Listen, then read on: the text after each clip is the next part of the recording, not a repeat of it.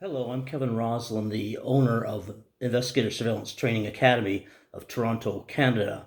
We've been in business for a number of years, since 2012, specializing in training new investigators in surveillance techniques. I developed the course in 2012, Surveillance Techniques for the Successful Investigator, to train primarily students who were coming out of community colleges, had their investigators' licenses, but were unable to obtain employment for many months and sometimes years because investigations agencies just refuse to train new investigators.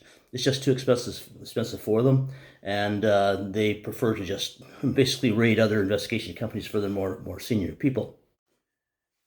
If you are viewing this video, you are likely a community college administrator who has requested that we make a presentation to their students, either in person or by a video link, which we're doing here, or a student who has been forwarded the link at our request by the community college, again, have been approached by students to provide on-the-road surveillance training that the community college, for various reasons, cannot do themselves. A number of community colleges have recently contacted me in an effort to obtain training for their program students and graduates who have requested of them that they provide practical surveillance training to them. And as a result, we are now making presentations to various community colleges, and those colleges are in turn promoting our services, training services, through our website, www.investigations.space. That's investigations.space, SPACE, to provide on-the-road training for their students and their graduates. Due to recent expansion plans, we have been able to hire instructors on the ground in almost every major city across Canada, from Vancouver to Charlottetown, PEI, and most points in between. This is a new program we've developed to allow training across Canada. We have until recently just been training in the Toronto area, and it was quite expensive for students to come to Toronto to obtain this training. So whether you're a student in a community college in Ontario, but reside in Vancouver, for instance, training is available just about in any city in all major cities across Canada, and we're now expanding into the United States. A very brief history of the company. I was approached in 2012 by a couple of very eager investigators who hadn't been able to obtain employment. The employers just refused to train them. It was too expensive, and they came to me for training. And I, as an employer, I owned my agency at the time. I've since retired, and sold that company. But at that time, they asked me to hire them, and I said, no, I can't. It's just too expensive. There's too much high turnover. People come to us looking for work, and they don't have an aptitude for it. They don't have an experience, and it's just too expensive for us to train. I decided, after them basically pleading with me to train them in some manner, I said, well, if I will show you how to do surveillance if you promise to go away and basically practice what I taught you and come back, and if you can demonstrate you can do surveillance, then I'll hire you. And that worked out quite well. I threw together a program very quickly, and they each went away and independently, and 2 or 3 weeks later each came back and had absorbed what I was able to teach them in the very impromptu course I put together in a number of days. And it worked so well that I decided to develop the course to allow people who were having a very difficult time getting into the industry to receive the training. Once they receive the training, they can then approach an employer and say, I may not have experience, but I have the training, and I would like to demonstrate to you what I know about surveillance. And based on that, most of our students have been hired within weeks of completing the course. So I put together a PowerPoint presentation, which will follow, and after that, there are a series of clips demonstrating possibly 8 or 10 different aspects of surveillance that we teach within our course. And these are only 8 or 10 of hundreds of techniques that we demonstrate and teach to our students during the course through the various media that we use prior to them getting out on the road and actually being shown how to do the surveillance and then practicing it themselves with an instructor in the vehicle. Ours is one of the only courses in Canada that provide this sort of training, and it's been proved to be very successful. We've trained hundreds of investigators over the last several years. Following the PowerPoint presentation, there will be clips demonstrating uh, some of the techniques that we teach during the practical part of our course. It's a compilation of some clips taken from and videos we developed to actually train our instructors as to what they need to teach the students, and also from clips from actual live training of a student or two, as an example of what we actually teach.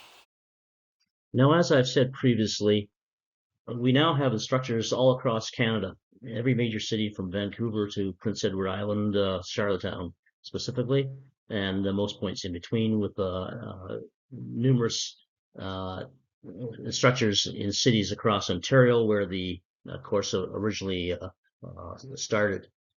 We did this as a result of having inquiries from different points of Canada where people couldn't find training in their home province and wanted to come to Toronto, Ontario, Canada, to receive training, and quite frankly, it was just too expensive for them to do so. So a lot of them had to forego the benefit of our program. Now, what a lot of students and investigators entering the industry will find is that the vast majority of investigation positions uh, tend to be in the area of surveillance. Approximately 75 to 80% of the investigation positions advertised are surveillance and incorporate surveillance in some manner. And as a result, most agencies require you to have some experience before you come to them for employment. Now, because surveillance is the bread and butter of most major investigation agencies, uh, it's always difficult for them to find good surveillance people. And very often they will need to hire investigators and work them basically to death over the high volume months, which are basically through the spring, summer, and fall into the early winter, and pay their investigators basically unlimited overtime to get the work done. They just simply cannot find enough trained, experienced investigators who can do the job, and that's where we come in.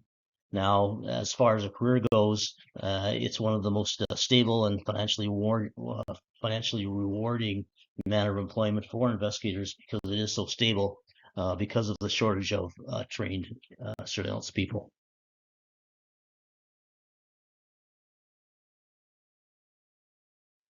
Now, when investigations agencies advertise for surveillance investigators, they very often say a minimum of 2 years experience required. But as an agency owner and the hiring officer for my agency, I was in the same position as everybody else was. The 2 years minimum experience is a is a Hail Mary, basically. The experienced people who are good at what they do are fully employed. They're not very interested in switching employers because the employers tend to treat them very well.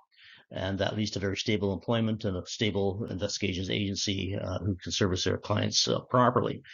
But they do uh, require more and more investigators. As time goes by, we all get a little older, and a lot of us, including myself, have retired. And without agencies training their own people, which they're very, very reluctant to do, There's always a shortage of investigators, and investigation agencies are always advertising for such employees.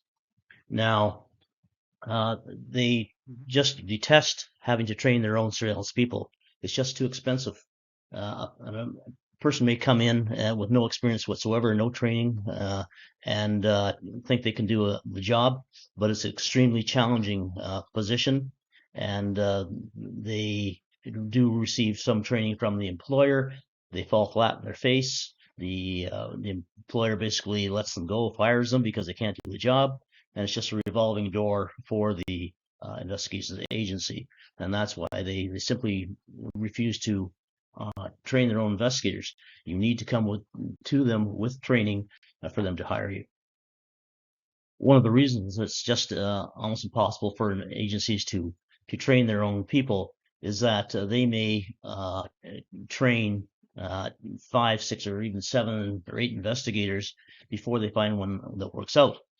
We'll go back to the what I call the RDS, revolving door syndrome, where they're unable to provide adequate training for these people. The new investigators cannot do the work properly. They cost the employer a lot of money in having to redo investigations, taking experienced people off the road, and sometimes 2 or 3 to do the job that one trainee sort of muffed up. And they just simply refuse to do that. They cannot afford to do it, and they are, as a result, always short investigators, and that's where we come in. The first bit of good news is that uh, investigators who have taken our course are between 5 and 10 times more likely to get an interview for a surveillance position than someone who has no experience whatsoever. And when you get that interview, you simply ask to demonstrate to the employer what you know about surveillance. And by the time you complete our course, I guarantee you that you will be able to demonstrate to them what you know, and that you can do the job. And that's what they're looking for. They're looking for people to do the job to a certain standard. And you can do that upon graduation from our course.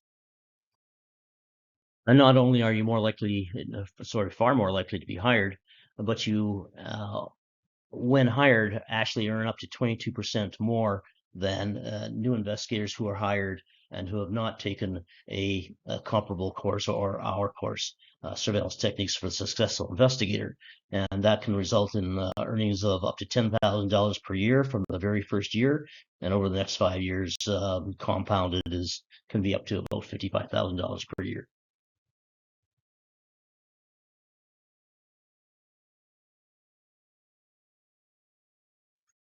Now, I previously stated that the course was devised uh, because a couple of enterprising investigators who couldn't find work because they had no surveillance experience came to me and asked that I train them. And eventually I relented and said I would, if they would do the work and practice what I taught them, then come back to me and demonstrate what they learned. Uh, and that was a result of not only to benefit them, to benefit the new investigators who couldn't find employment and new community college graduates who had a hard time finding employment, but it also benefits myself as an agency owner. We were always short of investigators until we developed this program.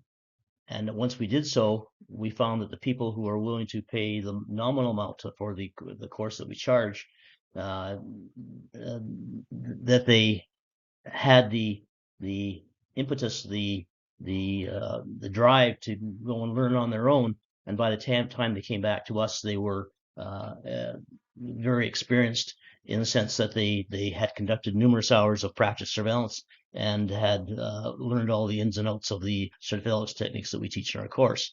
And that assisted us greatly. My company, since we developed that course, we're never short of investigators. We trained far more investigators than we could hire for the company, but we did hire the best naturally. And as a result, the company I owned continued to experience quite successful growth throughout the years because we had investigators available and we were able to service the clients properly.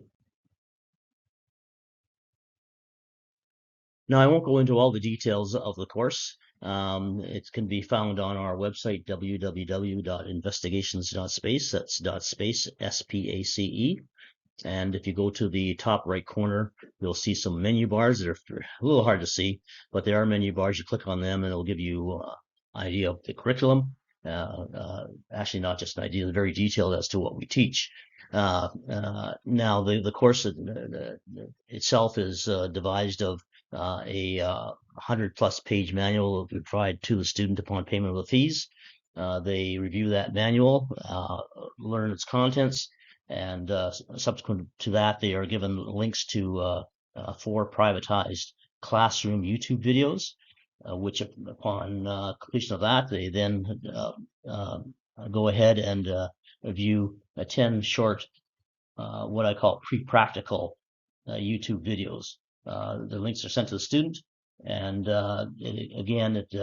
it's a prelude to the on-the-road training that we provide towards the end of the course, and it gives them a heads up as to what they will be learning, and demonstrates a lot of techniques that they will be using, so that by the time they get on the road, they'll have a good idea of what's expected of them upon completion of the course.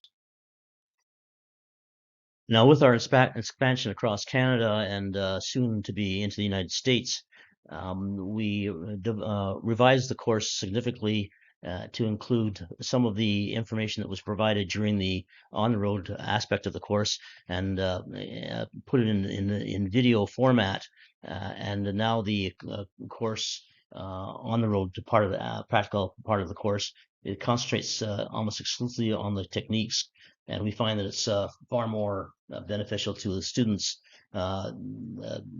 Previously, a lot of the information that was provided in the videos was provided on the day of the course, and we found that to be, yes, very effective, but counterproductive in the sense that we couldn't spend as much time as we wanted to actually doing the demonstrations, allowing the students to practice what we have taught them. So once the practical part of the course is completed by the student, they are asked to conduct 2 to 3 weeks of practice surveillance on their own. And over that time, we expect them to do probably 30 to 40 hours of practice surveillance, which is described in the course, how to do it properly. And after that, they return for testing, both a multiple choice written test and a on-the-road test with an instructor to determine how effective they are at surveillance. Now, what happens is that very often students decline to return for the testing. Their objective was to obtain employment, and very often they don't return for the testing. By that time, halfway through the practice rounds that they do, they apply to employers. Employers bring them in for their own testing, see that they can do surveillance effectively, and they're hired. And in that case, they don't return for testing through our company.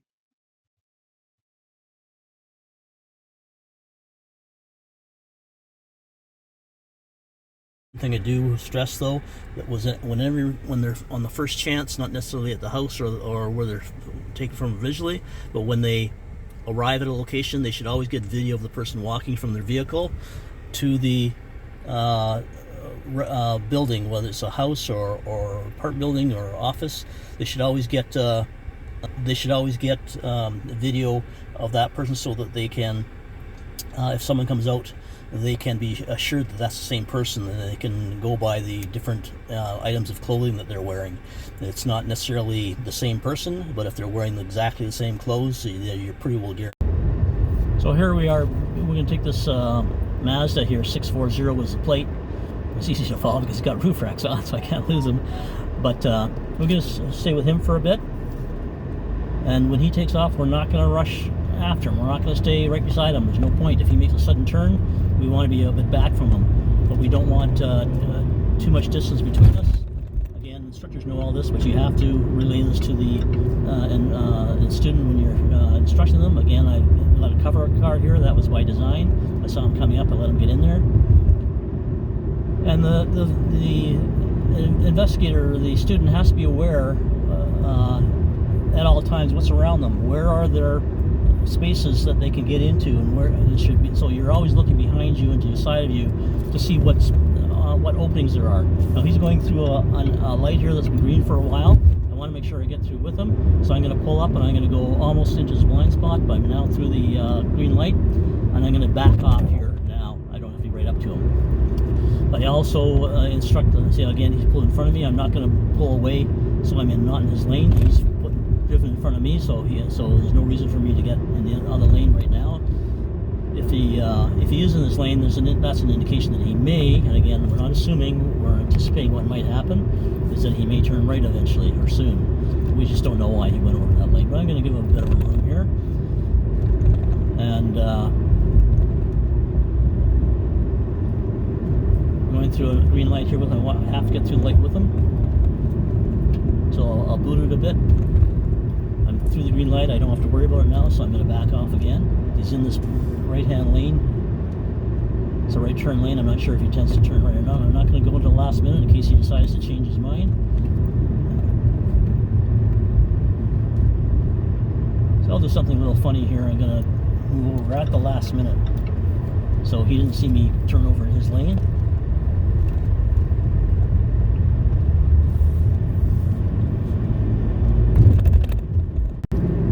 So if you're ever following a BMW around this corner, he's going fairly fast. I'm keeping up with him, but now I have to start picking up speed very quickly, because if I stay at a slow speed, he gets up to the place in front of us, he's going to be gone. So I have to pick it up here a bit. And it may seem obvious to you. You've been doing surveillance for years, and you know this routine. You've lost people on the highway because you forgot to keep up with them, and there he goes. He's flying. The student will not have that knowledge, and you have to impart upon them that knowledge so that they can do the job properly. And that's our job. They won't think of that. They'll only do it by losing someone during either on the road practicing or on the job when they're working for a client. And then it's too late to learn that you shouldn't have done that and they should have been up with them. Now we're behind this guy 318, or guy or gal, whatever. Again, I should be a bit further back. The reason that we stay at least a half car length back, whether it's a subject or anybody else, is if this fellow stalls ahead of me here, and the subject has just got around the corner, and I have to get around this Volkswagen here to get after the subject. You don't want to have to back up, because in all likelihood the person behind you has decided to sit on your bumper. And as a result, sitting on your bumper, as a result, you can't back up, and that takes time anyway. So you want to be about half a car length back, at least, so that you can turn around this guy if he's stalled or for whatever reason he can't move. The car in front of him is stalled, and he can't get it around. So you just stay a bit back. And again, whether it's a subject in front of you or not, less cars involved in a chain collision accident, the better. Now again, behind this guy, I'm not going to be looking at him. Make sure that you advise the students not to make contact with the person eye contact with the person in their rear view mirrors or their side view mirrors. That's what they're looking to look for you. So don't look at their mirrors. It's very tempting. If someone's beside you, you don't go over here and take a glance over like that, because if they see you look over, they say, hey, what's that person paying attention to me for? And it may be because you like the car, it's a pretty girl, a pretty good-looking guy sitting in the driver's seat, maybe. But as soon as you've done that, you've drawn attention to yourself. The other thing is, I have numerous students who think they're real gung-ho, and they're all relaxed, they're casual, and they sit like here with their fist over their steering wheel, and they drive like this. And if you see how the hand is waving back and forth, that's what the subject of the investigation sees if you're sitting right behind him, or even if you're a couple car lengths back, you see this white thing flashing behind you.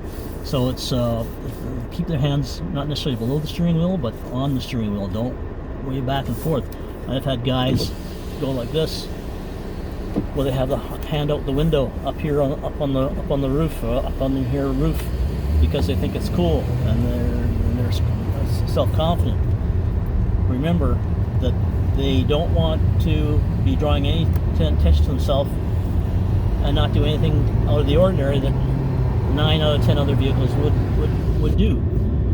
And the student's going to say to you invariably, well, I see people driving like that all the time. Yeah, you do, but how often do you see it? Literally 1 out of 100. So you're making yourself obvious by being that 1 out of 100 and signaling to the person in front of you, or the person you're following, that you're there, because they'll recognize that 2 miles down the way or half an hour down the way where this guy's got his hand out the window.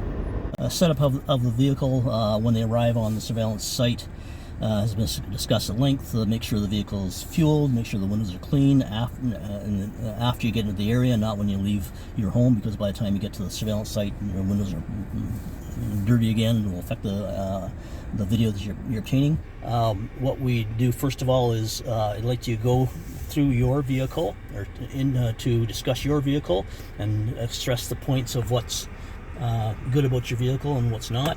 You'll go into the color. There's no dents in the vehicle. There's nothing hanging from the mirror here. Some of them have air fresheners that are hanging from the mirror. Where's the mirror here? Oh yeah, the mirror here. There's nothing hanging from there. There's nothing swinging back and forth. So that sort of thing is quite evident to yourself, but it may not be evident to the investigator. Remember, these people are very green. They have no background in surveillance whatsoever. So again, I stress in the course and the videos to the students repeatedly, whenever you get a chance, confirm that it's the right place. If you fall into a location before. Okay, we're going to get on the road now, and you shouldn't spend too much time, maybe about 5 or 10 minutes at the very most, with this introductory information that I was providing to you here. It's important that we concentrate in this part of the course on the actual following and techniques they can use, techniques they can't. One thing I do cover in the videos to the students is that even though we were in the parking lot here of a subject, that was for demonstration purposes. Ordinarily we'd be in parking lot now, but ordinarily we'd be across the way in that parking lot, because you don't want to be sitting in a subject's parking lot for too long. People inside the building notice you, and it's very difficult to follow them out if you're too close to them. So they have been instructed to make sure that they are to observe from a distance. The cameras do all the work as far as zeroing in. Now it's a Sunday, so it's very quiet here. But when you're taking your students out for the first time, you're going to be driving for the first part of the day. You want to instill upon them a certain degree of confidence. So what we're going to do is we're going to pick a vehicle, but don't wait like I was waiting back there for a vehicle to come by and then chase after it. Get them driving, or get yourself driving, and find a vehicle that you think is appropriate for following. And this one is we'll take this white car in front of us. Now he's doing something that I don't want the instructor or the investigators to do, is pull out and cross this white line. The car beside us here, if someone is walking in front of this black car and you pull out and hit someone, a pedestrian, somebody pushing a baby carriage or a bicyclist, it's your fault. If they run into the side of you, it's your fault. So we're going to follow this vehicle in front of us. I'm not sure if it's the same one that came around the corner. It's not relevant. But we're going to show a technique that I very often use. And we never get behind a vehicle unless we can help it, and never unless we have a cover car, at least one cover car, 2 maximum, never 3. If we have 3, we have to change our position here to make sure that we now this vehicle here, I'm sitting about a car length back in her blind spot, so I'm not right beside her. So if she's looking out the window, she's not going to be looking right at me. She's not going to notice what I'm wearing. She's not going to be notice what I look like. But I'm in her blind spot. She doesn't. Most people don't even know that there's a car beside them. And you can use this for parking beside someone at a stoplight, what we're doing here, or actually going through an intersection with them. If you have to be up close to them, you don't want to be right on their tail, pull up into the blind spot just for a minute or 2, not more than that, or a few seconds actually. And so here we've left the light here. We didn't race ahead. try and get ahead of her and like that. It's not a race. You're following that vehicle. So we let her go and stay at a discrete distance back. You'll find that the investigators, the first thing they do is stop here. She stopped. They will stop right back here, about 10 car lengths back. And they can't do that. That's too obvious. Nobody does that. You pull up behind the vehicle and then just gradually get after it. Now, it's nice to, when you're showing them how to do surveillance, that you not lose someone, but that's not the prime objective here. The prime objective is to follow them discreetly, and using different techniques that we'll show, and we've already started showing with the blind spot. We try and stay out of the same lane that they are in, unless there's no other option. Here, I'm right behind the vehicle. I don't have any other option. There's nobody else around. But I'll keep a discrete distance as much as I can, enough to keep her in view, but not so that here we've got a blind spot here, so I'll go around. And she's pulled into this lot here. Now we'll give a few seconds here for her to move. We're not going to go around directly with her. If we're going in with her, we're going to go into the opposite direction here, and she's going around the curve, so we'll get around after her.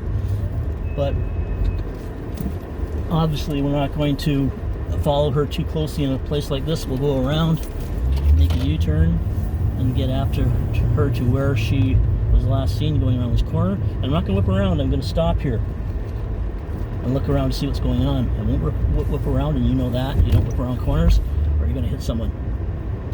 And there's, I think that's her there. I think that's still her. She may have picked somebody up.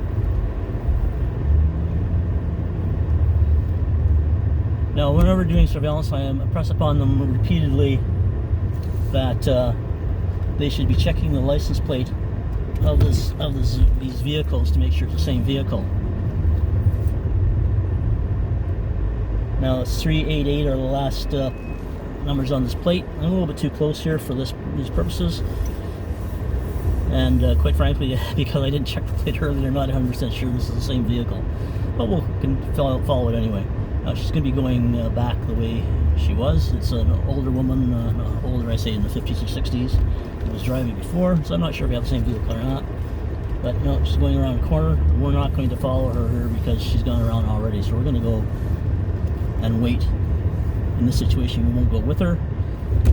We'll go and wait somewhere outside here so we can see her leave. But we'll leave that vehicle for now. It's not a big concern. I'm going to get after this black vehicle here in front of me here. Again, this is the distance. I'm about 30 car lengths behind them. In a quiet neighborhood like this on a Sunday, we don't want to get any closer to them than that. Make sure that they don't try and do what they see on the movies where somebody's right on their bumper. We avoid that at all costs.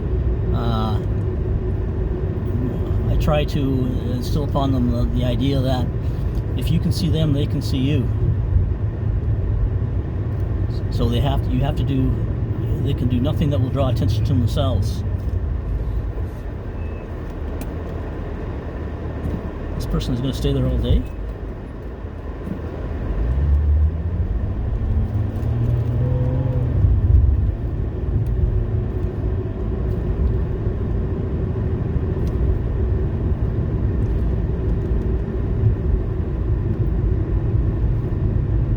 Now again, make sure they stop at this white line, not over it. They stop at it and then go over it. They can always move ahead, but if you hit someone when you're crossing it, or somebody runs into the side of you, you've got major problems and you're at fault in an accident. And I make sure that the students are aware that they have to have business use insurance on their vehicle. There's no way around it. They have to have it. If they don't have it, if they get in an accident, they're using the vehicle in the course of their employment, the insurance company can deny their coverage totally. We once worked on someone who worked for an investigations agency who didn't have business use insurance, was involved in an accident, actually killed someone, and the insurance company denied their claim because they didn't pay the extra $200 a year for business use insurance. They just had pleasure use, driving to and from work, but that does not cover you for when you're using the vehicle in the course of your employment. It doesn't have to be in a commercial policy, but it does have to be business use insurance. Or you spend another 4 hours sitting there, make sure it's the right plate on the vehicle. Do not rely on the fact that it's the same vehicle, same model. There's been numerous occasions where I myself have done the same thing, picked up, well, not numerous, but some occasions where you're on a vehicle and you lose sight of it for a few seconds, and you're in an intersection, and then you pick up a vehicle that's identical to it, same color, same model, same year, and then you realize 2 hours later it's the wrong vehicle because the plate's wrong. So whenever they get a chance, make sure that they confirm that the plate is correct. They can't make split-second decisions as to, do I turn right or turn left? Do I go through? Do I go right? But one thing I'm going to do here is I'm going to park in this guy's blind spot. I know he's going to go through. I don't want to follow him through the light.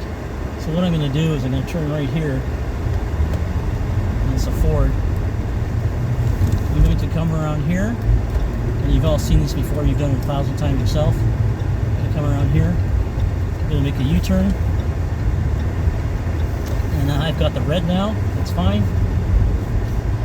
That's fine. He's going to come through. And there he goes. Okay, so I'm gonna we've got two vehicles in front of me here, which isn't good. But at least I didn't follow him through that intersection. I got around by going around. If there's only a short median, obviously demonstrate to them that it's a short median, so that I was able to do that. But in a lot of cases you can't. So here he's turning right. I don't tend to signal until I'm absolutely certain that the subject of the investigation is making that turn, because if he's correct that, they have to keep both their driver's license and their investigator's license in good standing. We dealt with this in the manual, we dealt with in the videos. Do not allow them during the training sessions to go to do rolling reds or rolling stop signs. I had one student, when she was driving in the afternoon session, she was driving her own vehicle, and I was passenger, and I had two students with me in the back, so we had four of us in the car. And every time she came up to a red light, she'd just roll right through, turn right, roll right through. And I said, Sarah, whatever her name was, I can't remember, you can't do that. She said, do what? I says, you can't roll through a red light. If there's a cop anywhere in the area, he's going to pull you over. You're going to get demerit points. You're going to get a fine. And your surveillance is over for the day, because you can't follow someone if you're sitting in the back of a police car. That's a bit of exaggeration, but you know what I mean. So she said, I didn't roll through the red. I said, yes, you did. I said, don't do it again, please. So we get on. Sure enough, next two lights. I said, you just ran through another two red lights. She says, no, I didn't. I said, yes, she did. And I don't ordinarily involve the other students and won't want them to be in conflict with the driver. But they said, yeah, Sarah, you ran through those red lights. You did not stop. And I told her, I says, if you come back for the test and you do that on the test, after your practice sessions in 2 or 3 weeks, come back, I'll fail you on the spot.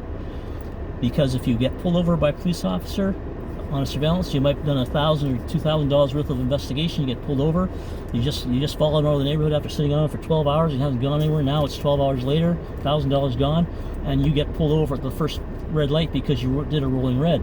Clausen's lost $1,000, $1,500. You have nothing for the day. And how do you explain it? Well, I got pulled over by a police officer because I ran through a red light. Take the 2 seconds to stop at a red light, then start again. And again,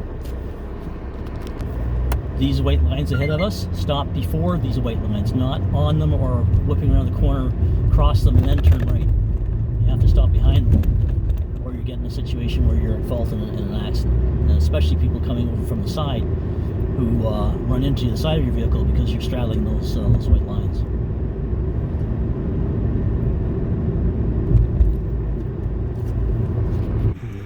You know, this isn't just necessarily for investigators.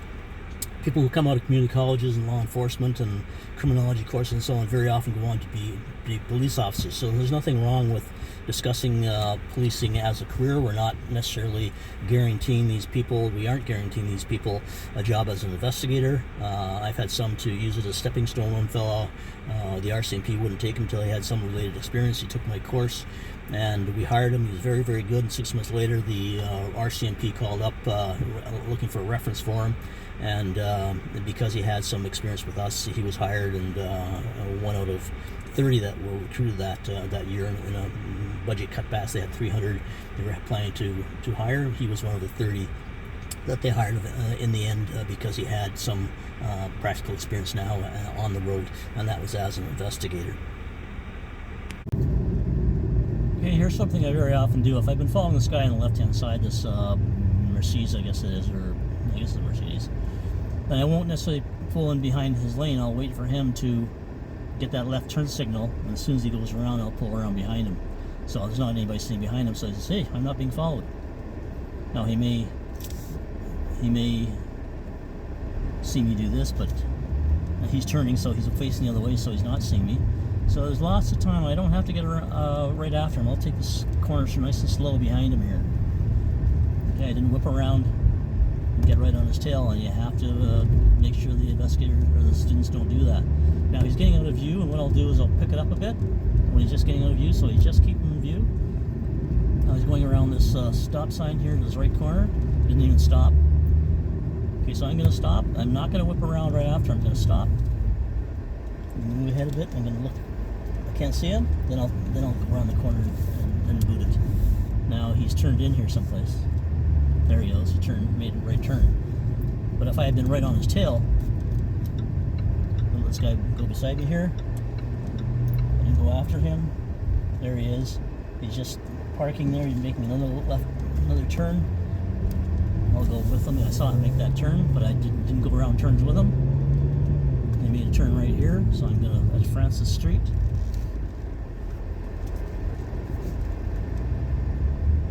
There he is. He's turning into the driveway way up ahead. Now I always tell my students, don't be in a rush. Don't go up and drive right by him. Okay? You can see what's going on from here. You know, you put it in park so your daytime running lights aren't showing, and you're just another vehicle parked on the street. His vehicle is right there. You may not be able to see it, but it's right behind the it's, you know, the guy's getting out. He's got a green cap on, a gray cap on, so you can see what's going on. But I make sure that they don't drive past the residence. See there, he's out there looking around. He's not looking.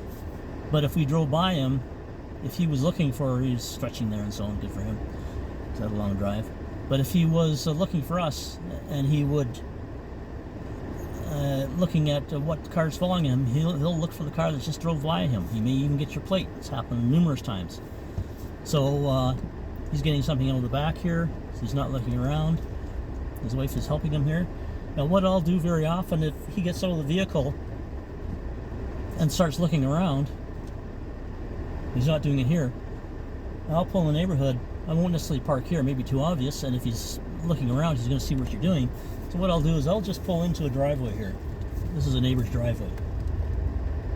I'll pull in the neighbor's driveway and just park here. He can't see me, and I will get out of the vehicle. What I did there was I got out of my vehicle, pretend to go up the front door. If he's watching, he knows that you're there for a reason, like it's to, and you pretend you knock on the door. You don't. Sometimes I've had people come out, so you have to have a reason. Oh, is this Sesame Street West? No, this is Sesame Street East, Sonny. Oh, I'm sorry. I have the wrong place. So anyway, what I'll do is, now he's settled at home. I won't go back in his direction in case he's still watching to see if I followed him. I will now back out, and I'll go in the direction that I came from. Because if he's watching, that means that I've just driven in the neighborhood. I wasn't following him at all. I was just coming in to visit a neighbor, to drop something off at the neighbor's house.